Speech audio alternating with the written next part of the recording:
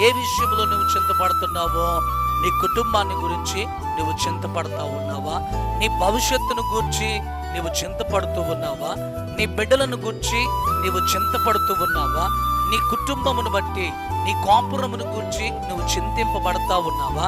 నీకున్నటువంటి ఆర్థికమైనటువంటి ఇబ్బందులను బట్టి నువ్వు కుమిలిపోతూ, అప్పులు ఎలాగో తీర్చలేక అర్థం కాక సతమతమైపోతూ చింతిస్తూ ఉన్నావా?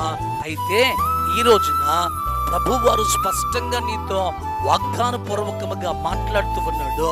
నీ చింత యావత్తు భారమును ఆయన మీద వేయగలిగితే నీకున్నటువంటి ప్రతి చింత నుండి నిన్ను విడిపించి, నీకు ఏది అవసరమై ఉన్నదో, నీకు ఏది కావాలో నీకు ప్రభువారు సహాయం చేసి, నీ చింతలన్నిటి నుండి ప్రభువారు నిన్ను విడిపించడానికి ప్రభువారు ఇష్టపడుతూ ఉన్నాడు.